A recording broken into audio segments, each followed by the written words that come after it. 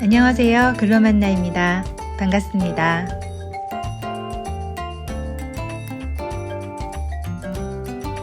오늘도 질문으로 시작하는 경제 이야기 한번 나눠보도록 하겠습니다. 제목은 같은 생수 한 병인데 놀이동산에 가면 더 비싸네. 왜 그럴까?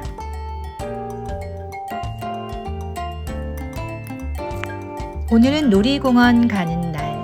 아이들도 들뜨지만 엄마인 저도 평범한 일상에서 벗어나 동화 같은 세계로 들어가는 기분이 꽤나 괜찮습니다. 필요한 것들을 바리바리 싸다 보면 한도 끝도 없죠. 그래서 무거운 물건 몇 가지는 슬쩍 내려놓고 가볍게 출발합니다. 놀이동산은 대부분 넓습니다. 그리고 놀이기구를 타다 보면 소리를 많이 지르게 되어 있고요. 긴장하니 순간순간 땀이 나기도 합니다. 그러다 보면 제일 먼저 찾게 되는 것이 바로 물인데요. 이때 물 가격에 대한 이야기를 자녀와 나눠보시길 권합니다. 물론 그 전에 동네 슈퍼나 대형 마트에서 물을 사본 경험이 있다면 더 좋고요. 평균 동네 편의점 물 가격을 1,000원 정도로 한다면 놀이동산이나 관광지에 가면 2,500원 정도로 2배 이상 비싼 가격을 지불해야 합니다. 대형 마트에서 묶음으로 구입하면 10배까지 차이가 나기도 합니다. 같은 물인데 비싸게 사자니 아깝고 집에서부터 물을 가져오자니 무겁습니다. 그래서 시장에서는 시간과 장소, 소유를 유통 과정에서 조정합니다. 유통이란 하나의 상품을 만들어서 소비하기까지의 과정을 말하는데요.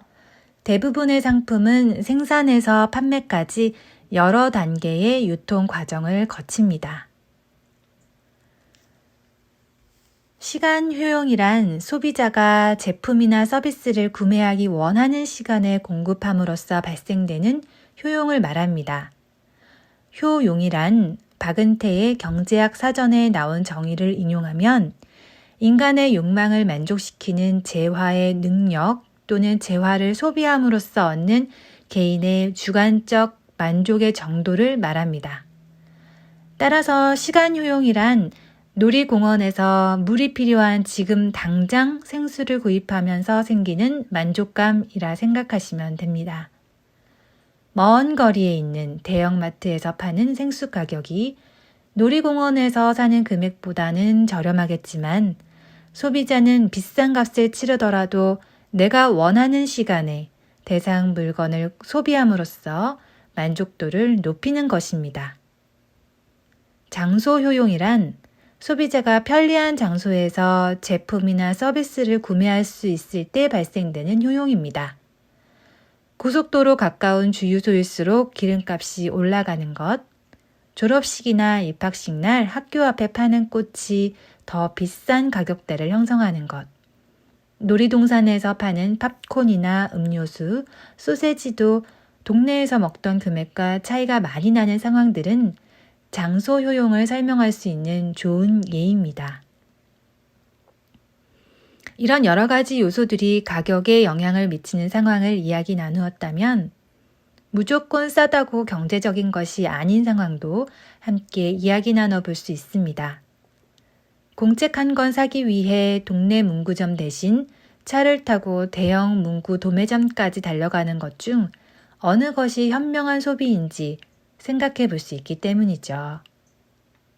이와 함께 백화점과 할인점 가격 비교도 재미있는 주제가 될 수 있습니다.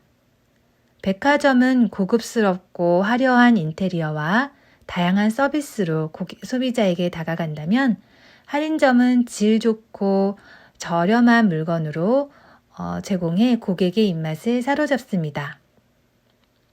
가격만 생각한다면 백화점에서 물건을 구입하는 사람이 없어야 할 텐데 그렇지 않은 상황을 설명해 주세요. 소비자마다 추구하는 가치와 만족도가 다르기 때문에 다양한 유통 판매 방식이 존재하는 것에 대한 이해를 높여줄 수 있답니다. 생산자와 소비자를 연결해주는 유통에 대한 이해가 바탕이 되면 소비자에게 어떤 가치를 제공하고 그에 대한 대가로 얼마를 받을 수 있을지 판매자 입장에 대해서도 생각해 볼 수 있습니다. 경제학 용어를 아이들이 모두 이해하고 받아들이기는 어려울 수 있지만 이런 대화가 유통 과정 중에 생기는 원가와 판매가의 차익에 대한 개념을 이해할 수 있는 좋은 시간이 될 수 있습니다. 같은 물건인데 인터넷으로 사면 더 저렴한 상황도 함께 이야기해주면 좋습니다. 온라인 시장의 등장은 유통시장을 확 바꿔놓았으니까요. 가게를 빌릴 때 필요한 월세, 일할 사람을 고용할 때 필요한 인건비 등을 절약할 수 있으니 소비자는 저렴한 금액에 동일한 물건을 구매할 수 있습니다. 마진의 개념을 이해하게 되면 시장 경제에 대해 좀 더 이해하기 쉽습니다. 재화마다 적당한 가격을 책정하고 그에 따른 이윤을 생각해보는 과정은 소비자와 판매자 양쪽 입장을 모두 고려할 기회가 되니까요.